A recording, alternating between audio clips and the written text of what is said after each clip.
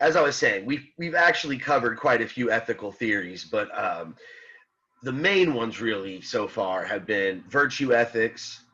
We looked kind of at Aristotle and his approach known as virtue ethics. That's where we basically started. We covered natural law theory. And then last time we really got in depth into contractarianism. Like we covered other theories. What is it? Divine command theory, moral relativism, different versions of that, hedonism. But those sort of the big main ones, as I said, were virtue ethics, natural law theory, and now social contract theory or contractarianism. And just we'll do a brief review of what we covered last time. I want to try to wrap this up pretty quick. We really looked at Hobbes, Thomas Hobbes, this famous British philosopher from the 17th century. And, you know, he's just an example of one approach to contractarianist ethics or social contract theory. I'll talk a little bit more about other ways you might approach it, and then we'll talk about maybe some of the flaws, some of the problems that are inherent with it, and then we'll move on to the next theory. We'll move on to another popular, probably one of the most popular approaches to ethics, the Kantian or Deontological approach to ethics. In fact, I should mention that today what we're covering, what we're focusing on, at least towards the end of class, the Kantian ethics, and next meeting, the Utilitarian ethics. Those two theories are kind of like the most popular ones. If you're a professional ethics, professor or ethicist or whatever, these are widely seen as, I don't know, it's been a while since I think they've done any surveys, but I've read I read some old, maybe 10 or 15-year-old surveys, studies that they've done, where they went and they questioned a bunch of ethics professors, people who teach this stuff, as their area of specialty. And by and large, it seems like Kantians, who, we'll talk about what that means later today, what's a Kantian, and utilitarians, who we're going to cover next time, they're by far the most popular approaches to ethics. So keep that in mind. Also keep in mind that popular doesn't always mean right. Okay, so just because most people think these are the best approaches doesn't mean they're the best. And every theory you're going to see, every theory that we cover in this class has its own problems. Some of them have their advantages, they have their downfalls, and so we have to sort of keep that in mind. There's no perfect approach to these questions. They're difficult questions.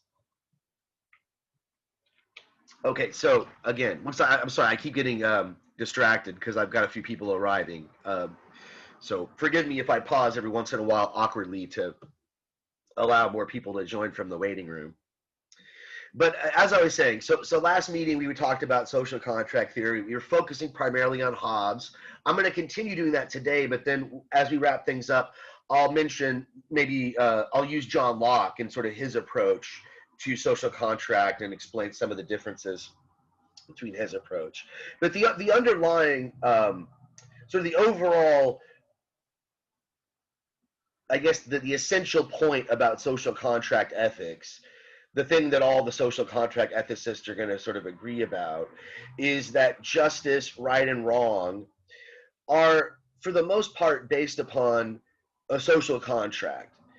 Now, there's a bit of a caveat to that. It's not that straightforward. Both Hobbes and Locke, and I don't really know enough about Rousseau to say this with confidence, but I'm fairly certain that Rousseau also felt the same way, that there are certain natural rights that you just have as a living being, namely the right to survive.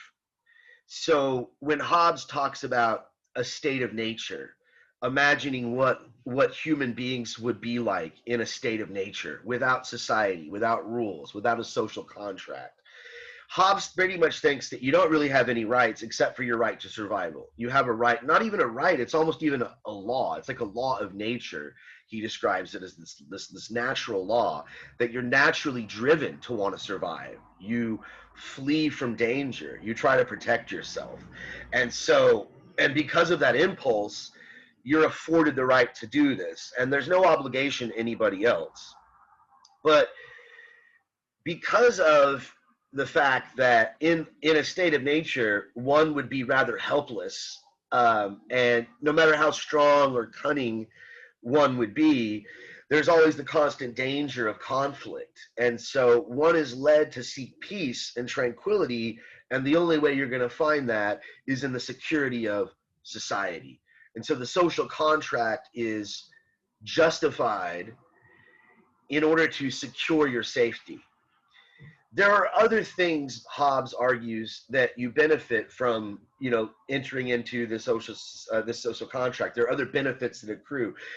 He mentions things like science, culture, art, philosophies, all these things, industry. If there were no social contract, if there were no laws and there was no authority to punish people for mistreating others or whatever, there was no way to protect yourself.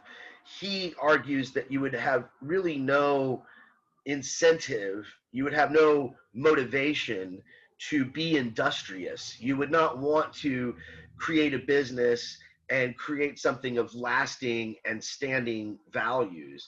You would basically, in a state of nature, without any guarantee for security, you'd probably, he argues, this is Hobbes, you'd be living sort of day to day. It'd be a pure hedonism, which he doesn't completely disdain. This is one thing I think about Thomas Hobbes that gets misrepresented. At least he would argue that he's misrepresented. Many commentators will represent Thomas Hobbes as having a very negative view of human nature. That basically human beings are selfish and that we're hedonistic, that all we care about is pleasure or avoiding pain. Whenever we are drawn towards something, we have a desire, we have an appetite for it. We call it good. We say we love it. We say it pleases us. For him, these are all the same thing. He's a very hedonistic. He has a very hedonistic approach. Good and bad. It's all based on our own sentiments, our own feelings of pleasure and pain. When we say we love somebody, all we mean is that they make us feel good, that they please us. And that's, again, that's sort of seen as selfish and egotistical and egoistic. But Hobbes says, no, it's just your natural nature. I think I was using the example last time. When I see the cockroach, I'm going to try to kill that darn thing. It's disgusting. I want it out of my house. I want it dead. But I don't blame the cockroach for running and trying to save itself. That's just its natural impulse. So for Hobbes, it's like, yeah, it's just natural. You want to be pleased and you want to avoid pain. Like, it's not your fault. You're a biological being that just feels this way. But you're also a rational being. This is something that all these philosophers seem to agree upon. We'll talk about Kant. He uses this a lot. We'll talk about that later when we get to Kant. Reason plays a very important role in his ethics. The fact that humans are rational sets us slightly apart from the animals. One thing I kind of like about Hobbes in this regard is he doesn't seem to think we're that special. We're a little bit more sophisticated in our reasoning, but he doesn't really think that we're much different from the animals. He thinks animals deliberate as well. They might not deliberate as, they don't have as much of an awareness of all the possibilities, but he's not like some of the other philosophers who think animals are just like robots reacting to their environment with no really awareness or no soul or no mind. It's all just instincts. But Hobbes says because we're rational, we're able to make the calculation that living in a state of nature would be horrible, and that it's much better to live in society and follow the rules.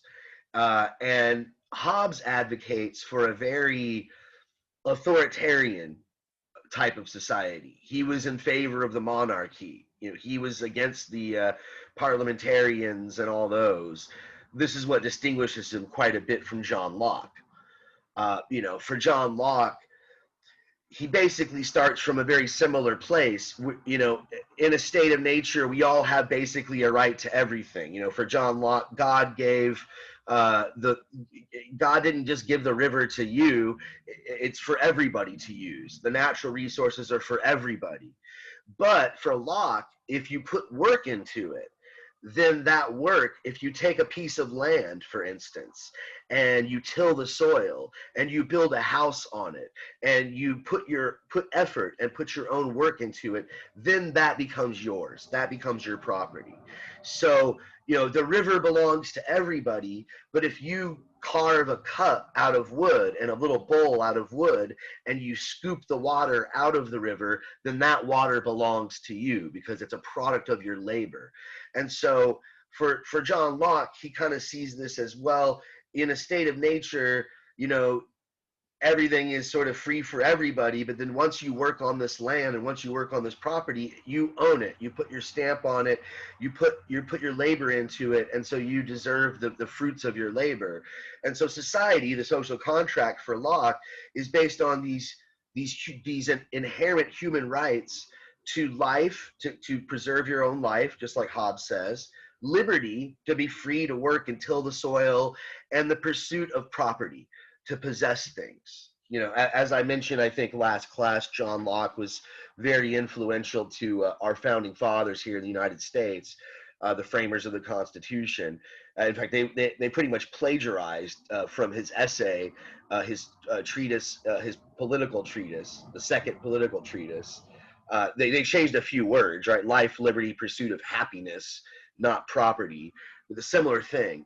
But the idea is, you've got these inherent rights as an individual to live, survive, to create something meaningful and pursue happiness, right? Pursue property. And the social contract is there to ensure that those rights are protected. But outside of the social contract, there really are no rights besides survival for someone like Hobbes. For him, justice and unjust, calling something just or unjust is absurd, or it's meaningless in a state of nature. Justice and injustice are terms that only make sense in the context of a society, of an agreement amongst a community of people. And for Hobbes, what they'll do is these people come together and they lay down their rights, pretty much all their rights, and give their rights to the king, and the king protects them. And the problem with this system too for Hobbes is, I think he's a little too authoritarian. He basically even says the king is above the law. Like, the sovereign has to be able to do whatever he wants. He can break the law. His only obligation is to preserve the social contract and to protect the citizens, to make sure they're safe, to make sure their property isn't stolen, to make sure that they're not, physically harmed by other members. But they're able to use any tools in their toolbox. They're above the law. No one else is, And so it seems like Hobbes had this idea of this benevolent ruler who is going to rule justly over societies. Some argue that he had himself in mind. He wanted to be this Leviathan figure, but he did. And I've never read. There's one book he wrote that's less famous, Behemoth, where he talks about under what circumstances it is permissible for the governed, the people, the regular people, to rebel and to go against the monarchy.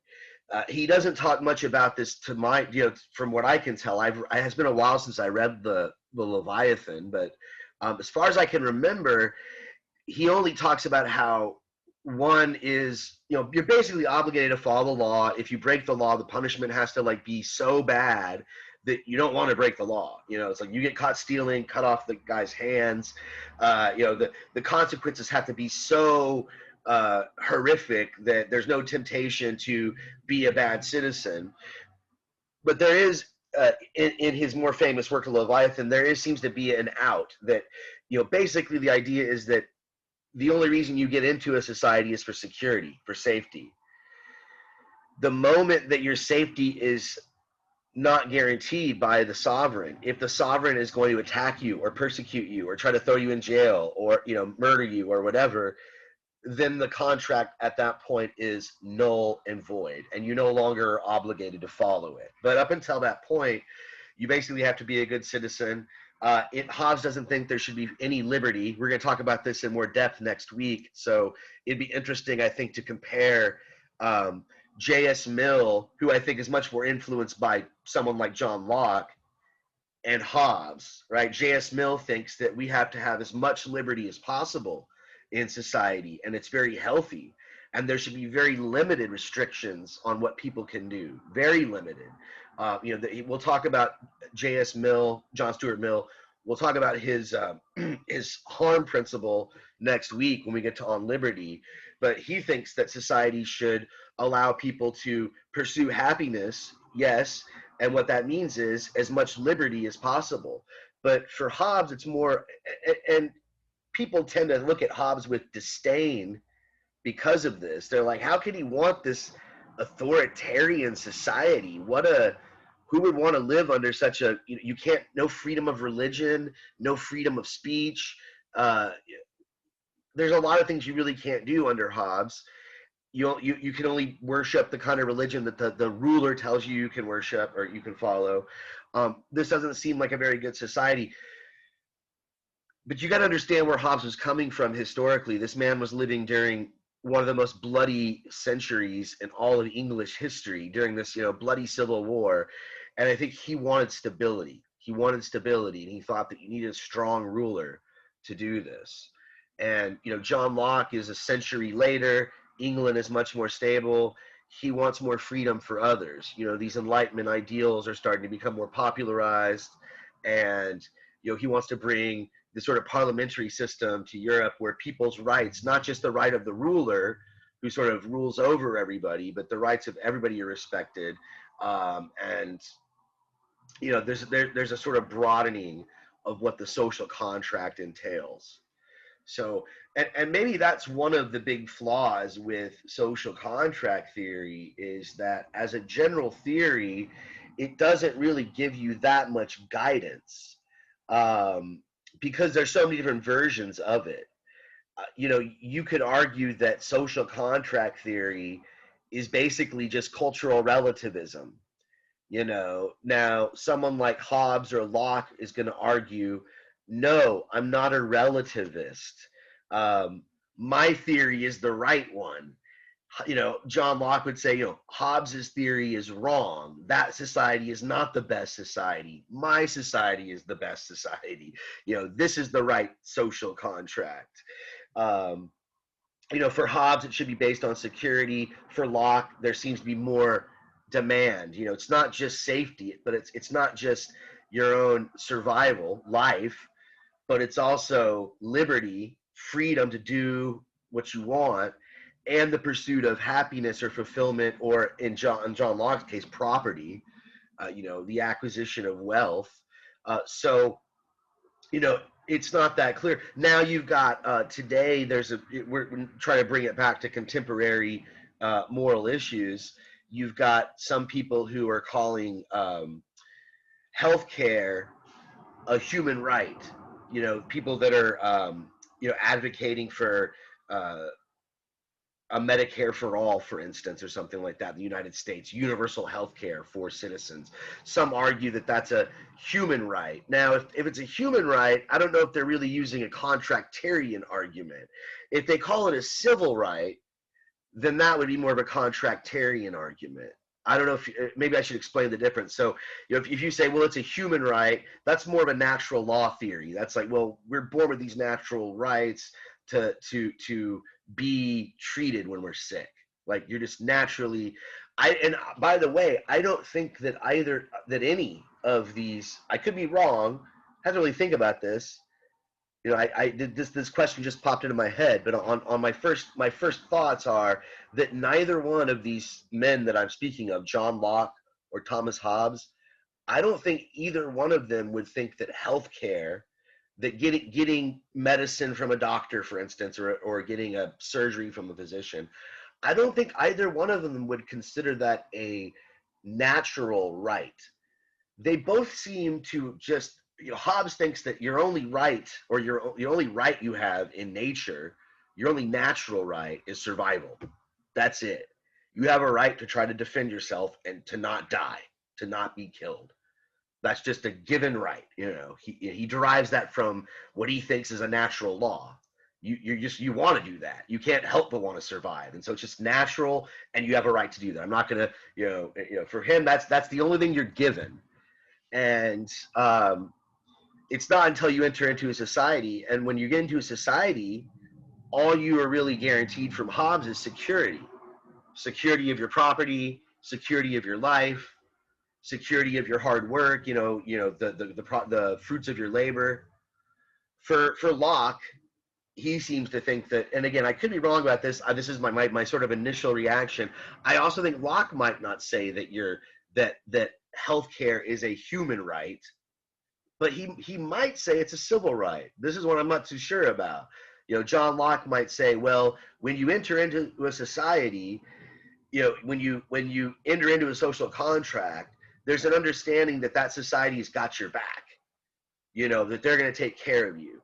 You're going to give up your right to lie, cheat, steal, backstab people, do whatever the hell you want to survive, and just, not care about anybody else. You got to give up that stuff, be nice and treat people fairly, and you get security, and you get a good system, you get schools, you get order, you get no anarchy. This is, but I guess a Lockean approach to social contract theory could argue that human rights is a part of the social contract. That I think that's in a way kind of a compelling argument. I'm not, I'm on the fence about it. I'm, born and raised in Texas, so I'm a bit of a, libertarian in my blood, kind of like, I don't want no government, but I can kind of see it from like a, small scale. If you're in a small like village situation, hunter-gatherer village type thing, there's always the medicine man, and whenever you get sick, that's his job. He just takes care, and it's like a part of the social structure. You're part of the society, and that's the benefit of being a part of it. I don't know, does that apply to modern democratic societies? That's, I think, debatable, but I could see one making that sort of an argument, a sort of a social contract argument for healthcare, so anyway, but again, I was getting into some of the problems with it, and I got a little sidetracked there. Some of the problems, again, with social contract theory is, what is the social contract, right? Like, maybe you agree with the theory that, like, okay, well, all things that are right, wrong, or ethical are kind of determined by an agreement amongst society. We get together, and we all have our own selfish interests. We're all basically hedonists. We're all basically driven by what pleases us, but sometimes there's conflict that's involved, right? And we have to come together into some agreement. We have to make compromise with others for a safer, more stable, more long-term and prosperous existence. So it's mutually beneficial for us to enter into and to stay and to maintain these social contracts. That's all great, that's all fine and good, but it doesn't tell us anything about what the contract is supposed to be. Now, of course, if you read Hobbes and John Locke, they all have their suggestions, but in general, as a theory, there's as many different flavors of social contract theory as there are for philosophers who practice it. So you can look at someone like John Rawls, a more recent philosopher, and you could argue that his approach is a very contractarian approach, and he's even different. Okay, so I guess, to be fair, that argument could probably be leveled against quite a few of these theories. In particular, I'm thinking of Aristotle's theory. What does it mean to be virtuous? That seems like a pretty nebulous concept, and it seems like there are things that were considered virtuous in his culture that might not be considered virtuous in our culture. And so is that, it doesn't seem like, if you read, for instance, his famous essay, The Nicomachean Ethics, his probably one of the most influential books in all of ethics, it gives you a very general outline of ethical behavior, but in many cases it's really hard to see how it applies directly to very specific issues like the death penalty, for instance, capital punishment, things like this. right? That's another. I just mentioned capital punishment, and now I'm starting to think like, okay, how would that fit into a contract, a social contract theory? Why would that? We talked about capital punishment in the context of Aristotle, I think, and we came up with some pretty good answers. Like maybe it's okay to punish somebody if it makes other people less like that person. It's a sort of, what's the word I'm looking for? Um, Having a freaking my mind's drawing a blank. Um, a deterrent. That's what I was thinking of. Yeah, as a deterrent. If we're gonna execute somebody for murder, is that going to influence other people not to be murderers? Is it going to make them more virtuous? That's sort of the Aristotle approach. But how would a social contract theorist do it? I guess they would say, well, if you're Hobbes, the death penalty is probably justified because if maybe somebody's a murderer, you murder them to help to protect all other people in case they, spread their murderous ways to the rest of the community, I suppose. And so I don't know, but either way, it's not exactly obvious. I mean, your guess is as good as mine, and I suppose it depends on whether you're a John Locke or you're a Thomas Hobbes or you're a John Rawls. Like I said, there are many ways to approach social contract ethics, and sometimes it gets into political science, political philosophy, and there's a lot of overlap there.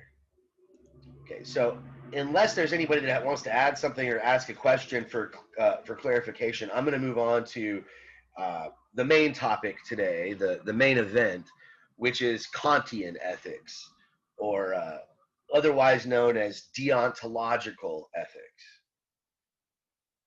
And somebody pretty please chime in or type something in the chat box if you're not able to see the Kantian PowerPoint, because for some reason this doesn't work when I'm sharing my screen and I switch between PowerPoint. Sometimes it doesn't work. So if you're not seeing it, please let me know. Otherwise, I'm going to assume that everything's hunky dory and you're seeing this. So Kantian ethics. Why is it called Kantian ethics? Well, that's after the founder Immanuel Kant. It's really annoying to try to spell Immanuel Kant's name because it's spelled with an I, not with an E, Immanuel, and your word processor always wants to auto-correct that no matter what. So, but believe me, it is an I, it's not an E. Immanuel Kant, spelled just like you would normally spell Emmanuel, but just an I instead of an E. And many commentators prefer to refer to his approach as deontological ethics. So that sounds a little bit more academic and smarty pants, I suppose. What does it mean, deontological? Well, it's supposed to be, I guess, different, or distinguishes it from teleological. So we're actually going to come back to this slide at the end. So don't worry about all this stuff at the bottom.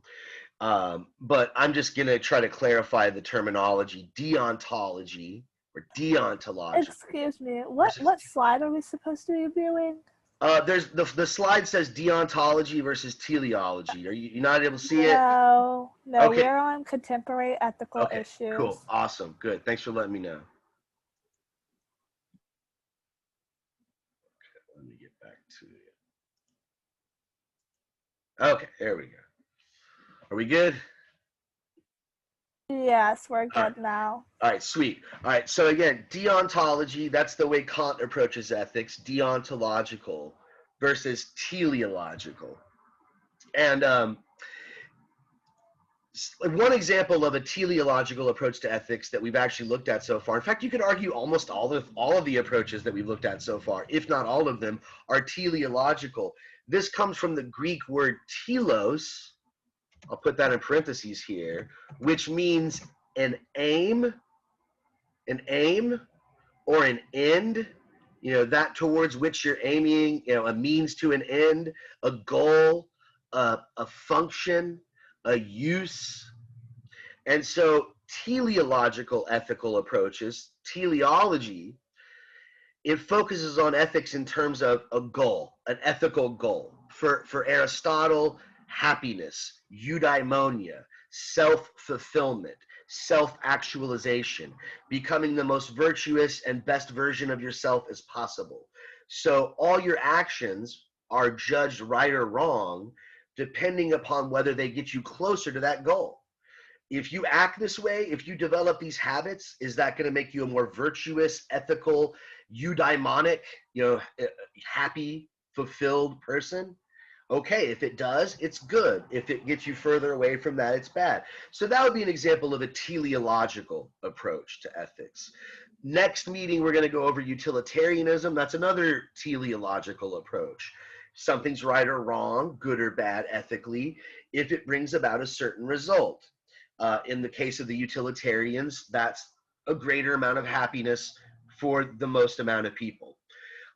Now, Kant, who, again, he's the focus today, he's the main event, he actually doesn't like that approach. He thinks that you should never, ever, ever approach ethics teleologically. And we'll talk a bit about why he says that and some of his arguments here in a moment. His approach, and he never uses this word, he does use a lot of jargon, and he does use a lot of terminology that makes him very difficult to read. I was debating whether or not to give you guys a Kant reading. I could post it up on Blackboard if you're curious, but he's infamously hard and difficult to read. Yeah, even amongst philosophy, he's difficult.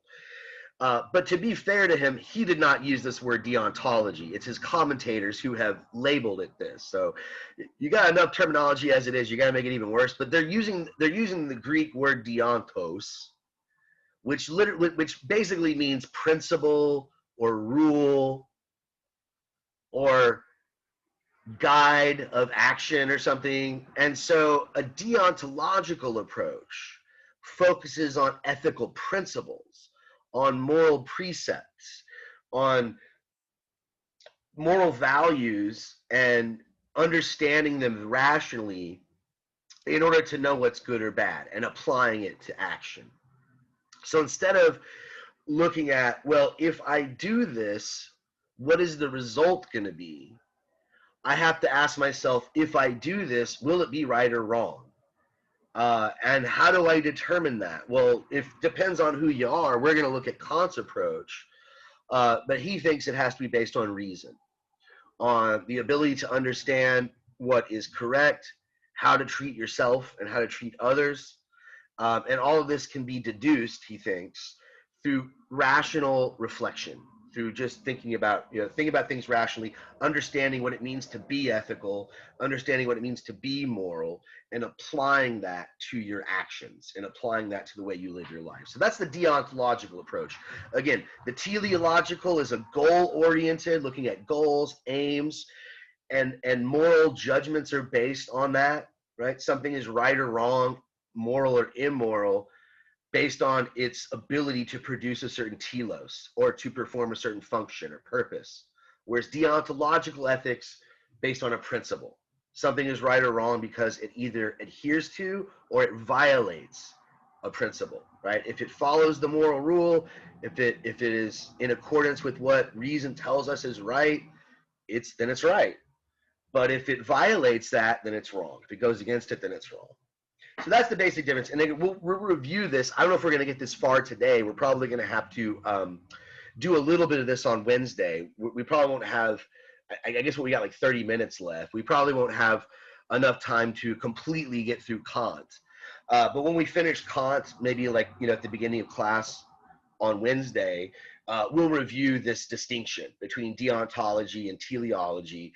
And we'll talk about all the different ethical theories and kind of discuss where they fall under these two sort of categories.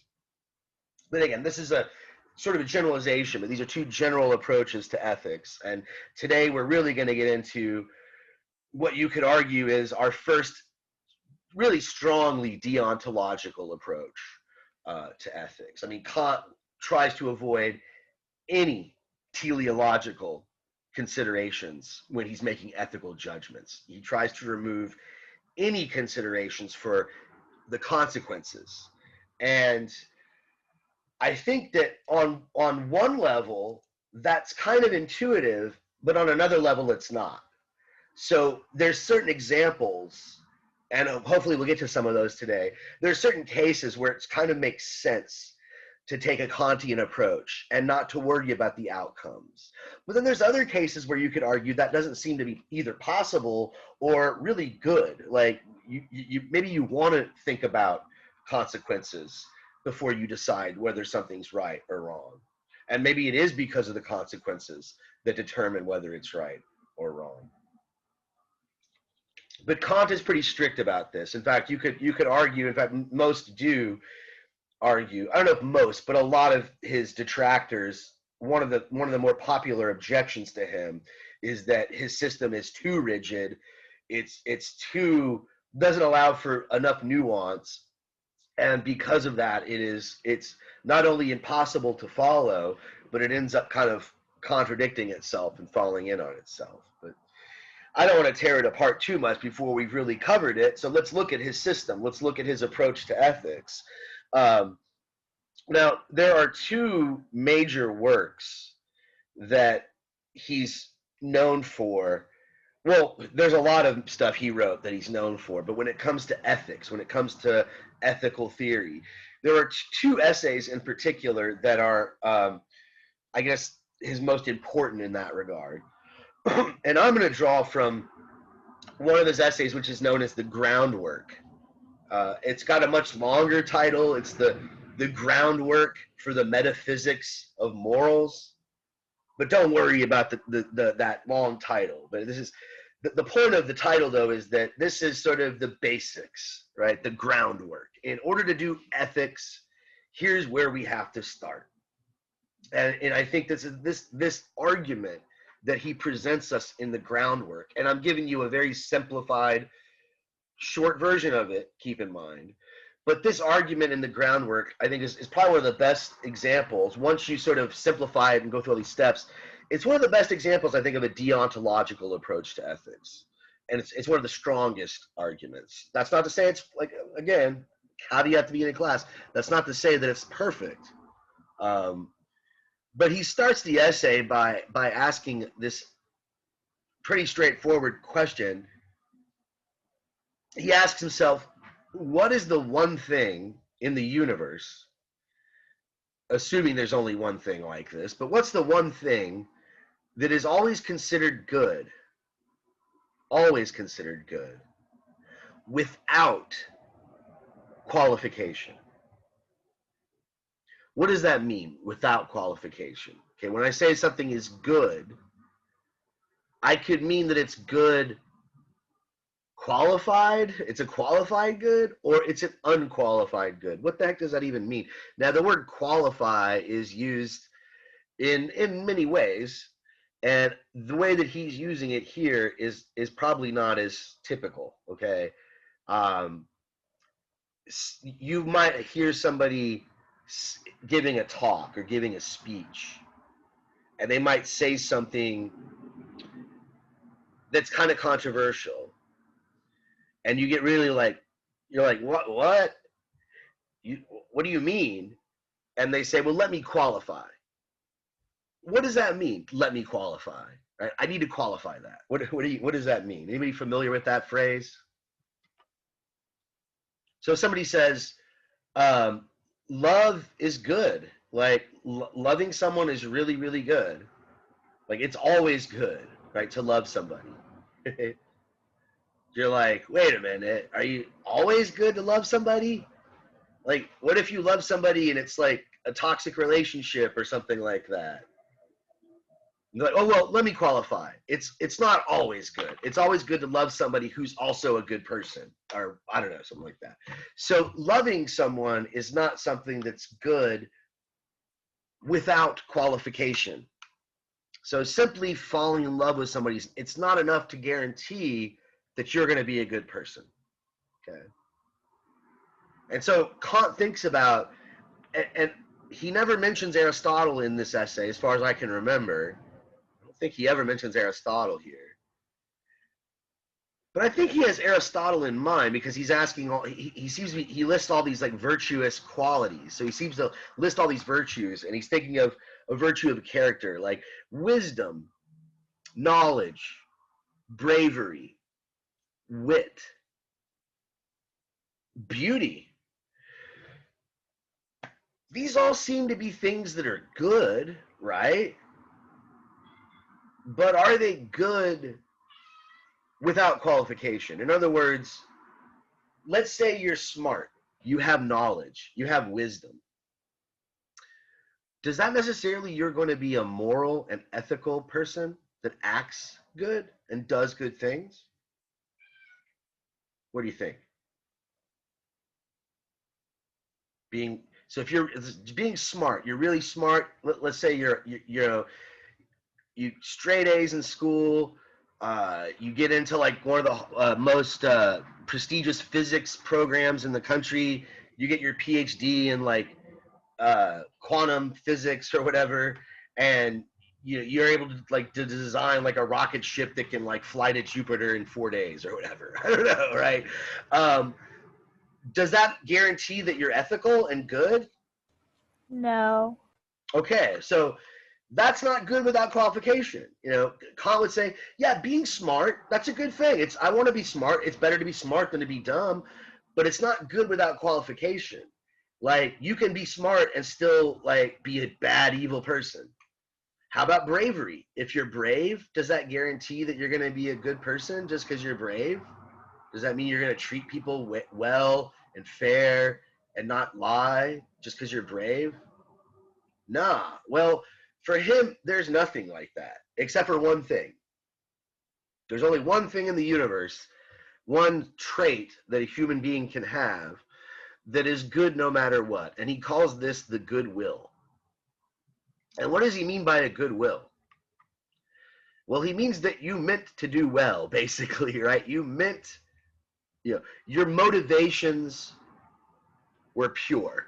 Right? You had good intentions, as I write here on my little slideshow, right? Your intentions were pure. What does that mean, to have good intentions?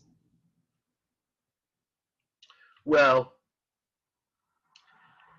he lists a few things that might be motivations for our actions. He lists inclinations, desires, and needs. So sometimes we do stuff just because we feel like it. We have an inclination. We don't really even know why. We're just like, I don't know, I just picked the blue one because I just felt like picking the blue one. No, the purple one's cool, but you just said I had to pick one, so I just grabbed the blue one. Maybe I got it because it was closer. Maybe I got it because it was like shinier. I don't know. Like, I just grabbed it. You said pick one, and I picked the one that I picked. I was inclined to do it. Sometimes we do certain things because we have a strong desire for them. Like, I really want that thing, so I'm going to take it and I'm going to do it, right? And sometimes we do things out of necessity. I need this, right? I need this job, so I'm going to be a good employee so that I don't get fired, okay? So that's the reason that I do it, out of necessity. So those are all motivating factors, but they're not moral motivations. They might motivate us to do things that are good, sure, but he doesn't think that they deserve praise.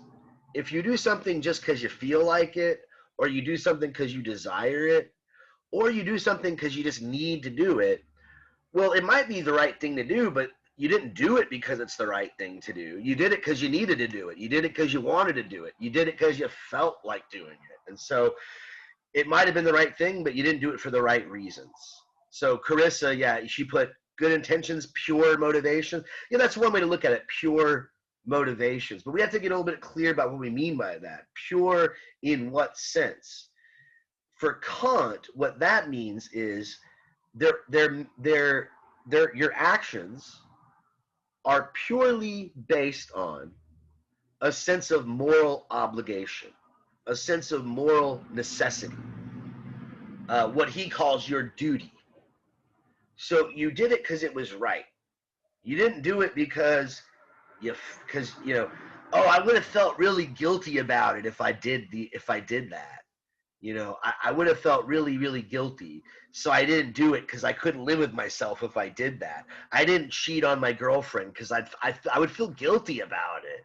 Like, yeah, I wanted to, but like, I'd feel too crappy about it. It's like, yeah, well, I don't know. I mean, maybe this is where I'm not a Kantian. You can't help how you feel, but like, again, he would say that if you're not cheating on her just because you feel guilty, then you shouldn't feel so great about yourself. But if you don't cheat on her because you respect her as a human being and you love her and you care about her, then you're doing it based on ethical reasons. You're doing it based solely on because it's the right thing to do. It's because, wait, no, I made commitment to her. I made her understand that we are exclusive, and I expect her to uphold this obligation. So I should uphold my end. That's only fair. And so I need to be consistent and moral and ethical. And that's why I'm going to not cheat on her, right? So that's how we do it, right? So again, our action is based on exclusively on an adherence to the ethical law, as Kant puts it. Anyway, so what is the ethical law? Like, what is the right thing to do? What is our duty? And so we're going to get into that in just a moment. You know, he says that it's the ethical law, our moral obligation, is categorical. In other words, it's true in every case. It's not hypothetical. Okay, so this is another distinction between Kant's approach and the teleological approach to ethics. You know, Kant is going to argue here that you really shouldn't do ethics the way that Aristotle does ethics, because ethics needs to be categorical. When I set up an ethical system, that ethical system should tell me whether or not something is right or wrong, and it should give me a definitive categorical answer. Is murder wrong? Yes or no? Is stealing wrong? Yes or no? Is capital punishment right or wrong? Yes or no? And this answer should not be based on a hypothetical, if then. If you do this, then you will develop virtue. If you do this, then it will make you happy. If you do this, then it will avoid pain in other people. If you do this, then it will lead to a just society. That's hypothetical. I'm only doing it because I expect something out of it. It's not good in itself. It's only good for the telos, for the aim that it brings about. Kant says, no. Our desires are different. I might want something different from you. What makes me the best individual might be different from you. For him, that's too contextual. Okay. Somebody says that they can't hear anything. Is that only Unellis? It looks like, I don't know, I'm getting levels on my microphone, so it's showing the volume go up and down. If anybody else can't hear me, let me know. I can hear. Okay, good. Oscar can hear. Sorry. I had the same problem, okay. but in the beginning, but I just had to rejoin the class again. I was just going to say, in fact, could somebody do me a favor and maybe type that in the chat box? She probably should rejoin, log out, and log back in again. But yeah, I think that sucks. Some reason that happens. You got to like log out and log back in again. But back to the point I was making, how Kant would sort of disapprove of Aristotle's approach. One, it's hypothetical. It's based on an if-then, right? If I do this, then I expect this result.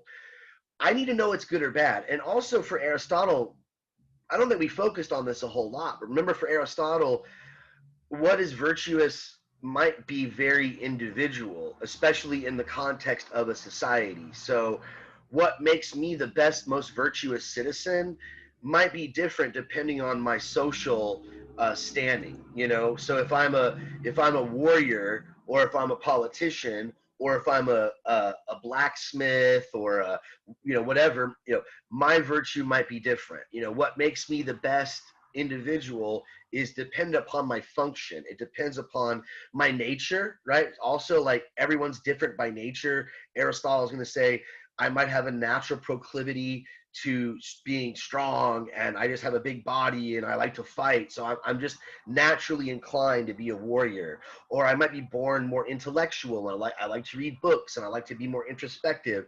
So I'm naturally inclined to be a teacher or an advisor for the king or something like that. So I have this nature in me that determines my virtue. But Kant thinks that ethics needs to be more universal, or he likes to use the term a priori. That's the Latin phrase, basically meaning that it's true regardless of context. It's just true out of its own necessity. It's as opposed to a posteriori. Something is you can know it. You know that something is true. You know it a priori if you know it without the context, without knowing the outcome. For instance, you know that 2 + 2 = 4 just because you understand addition and you understand mathematics in that sense. At least you understand addition. You know that operation.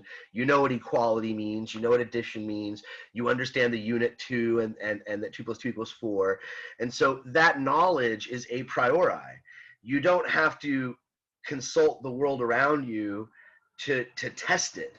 Once you understand it, it's just known.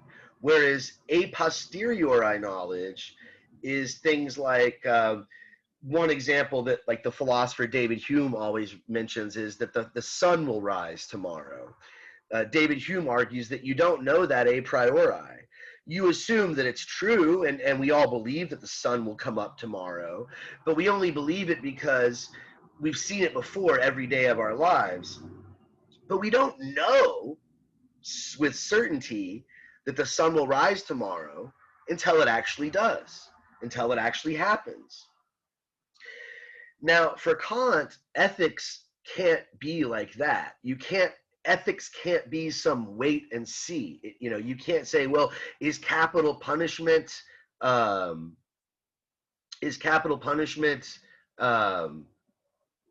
good or bad? Aristotle can't say. He has to say, well, I have to see the results. If you punish this wrongdoer for doing what they did, does it make society a better place? Does it make its citizens more virtuous? Let's see what happens, And you could even argue, how do you know when to stop looking? There's all sorts of consequences. Do we wait and see the short-term effects? Do we wait and see what happens over 3 or 4 years? It seems like we never know till after we do something, and sometimes much later, whether or not it was good. We're going to talk about more contemporary issues, in depth next week once we get through all this intro stuff. But one issue that came to mind just now, one of these contemporary ethical issues is the notion of affirmative action.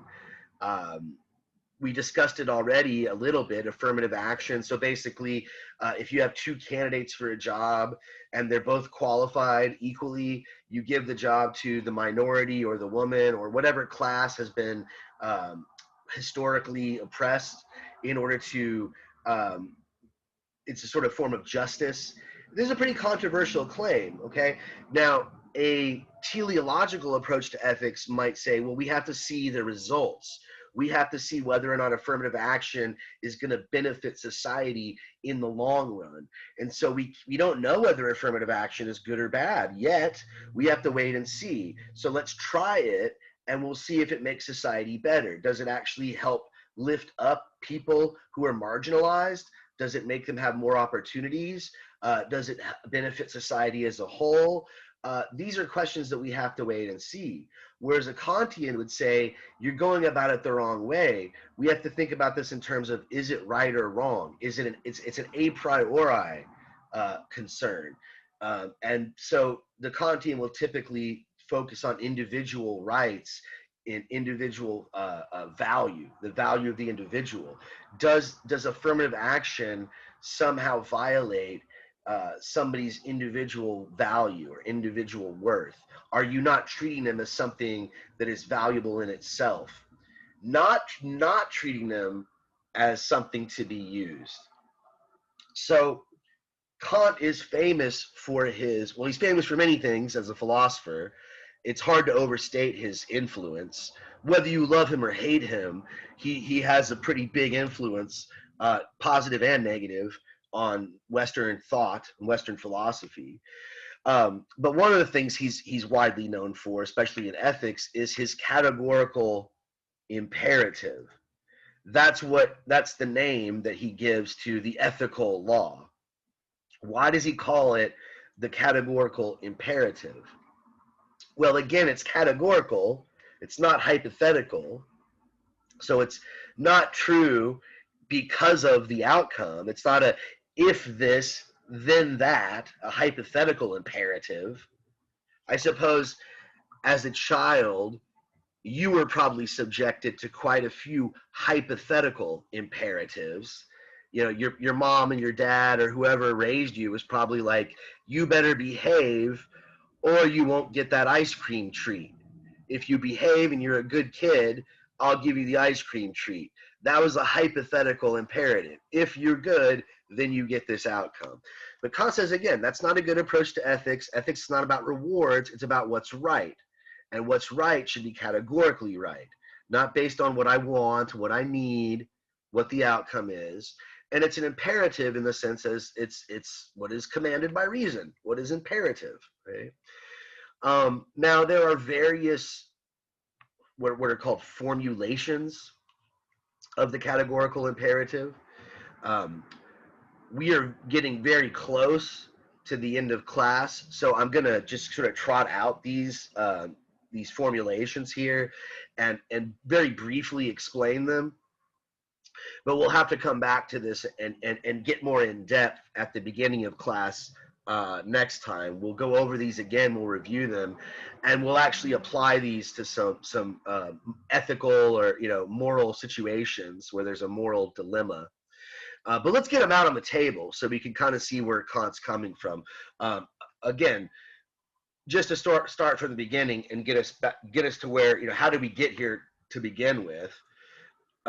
Kant starts with just asking, what is the basis for goodness? Why do we call people good?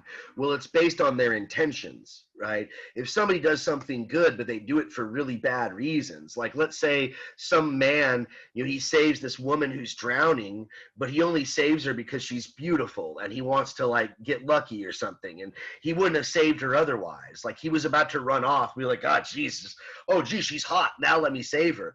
Then you would think, oh, what a scoundrel. He was willing to let a human being die, and the only reason he saved her was because she's hot. Like, he didn't have goodwill. He didn't have good intentions. He's not a good person. What he did was good. It's good that he saved her life. That's the right thing. But he didn't do it for the right reasons, so we wouldn't call him good.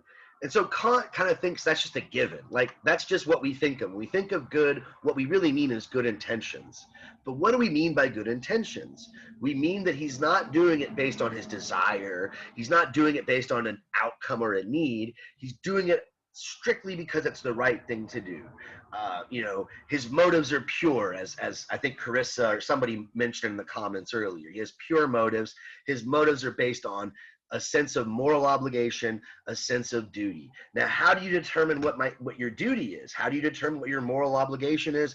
That's what brings us to the categorical imperative, right? For Kant, this is what the moral law tells us. This is what the categorical imperative looks like. We have to follow this. If we follow this, if we base our actions on this, then we're having a good will, right? Then we're acting basically just on a sense of duty. So let's read these off real quick, and I'll briefly explain them, and then we'll have to sort of cut it short there and get more in depth next time. But the first formulation, Kant says, you should always act in a way such that the maxim of your action could become a universal law. Now, the word maxim here, what Kant is referring to as a maxim is, how does he put it? It's a subjective principle of volition, kind of a fancy way of basically saying my own personal justification for it. So a maxim is sort of, how are you justifying this to yourself? Why are you doing this? And the term law The way Kant understands it is a universal. It's more something that is that adheres to everybody, that everybody has to follow. So basically what he's saying in the first formulation is that whatever reason you're giving for your actions, whatever justifications you're giving for your actions, they can't just be your own. They have to be something that could apply to everybody at all times. So if it's something that where you're taking an exception for yourself and you wouldn't apply this logic to anybody else, or else you would think that's unfair, then you're being unfair. So for instance, if you ignore traffic lights and you say, you know what, I'm going to run every red light, I'm going to run every stop sign, unless there's a cop, you know, but I'm never going to ever pay attention to traffic lights. You know, you might be able to get away with that if you're clever or whatever. It's probably going to be dangerous for you. But imagine if everybody in the whole universe followed that maxim. If everybody was like, I'm not going to ever pay attention to traffic signs. I'm always going to run red lights. I'm never going to like stop at a stop sign. I'm always going to speed. I'm always going to break the rules. If everybody followed that rule, it wouldn't work. It'd be crazy. That'd be a crazy society. So that fails the test of the categorical imperative, right? If it's not a good enough reason for everybody and you can't consistently will it, as he puts it, then it violates the categorical imperative. Now, got 1 minute left, so I don't have much time to really get into detail here on the second formulation, but let's at least get it out on the table. He says you have to treat humanity, and what he means by humanity is any rational being. Any being, could be an alien maybe, he even says that, even extraterrestrials, if they had reason, if they were able to understand laws, understand principles, and act on those principles, then they're humans, that they have humanity in that sense. You have to treat them, all humanity, whether in your own person or in the person of another, always as an end in itself and never merely as a means to an end. This is also a part of his anti-teleology. Not only can you look at your actions as a means to an end, like I'm only doing this so I can get this result, you also have to look at people that way. You can't look at them as a means to an end. You can't use people.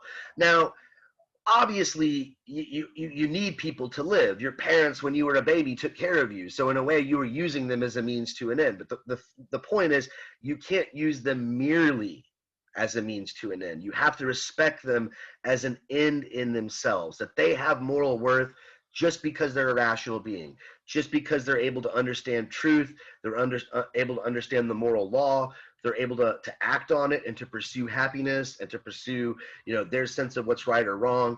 Because of that, they're intrinsically valuable.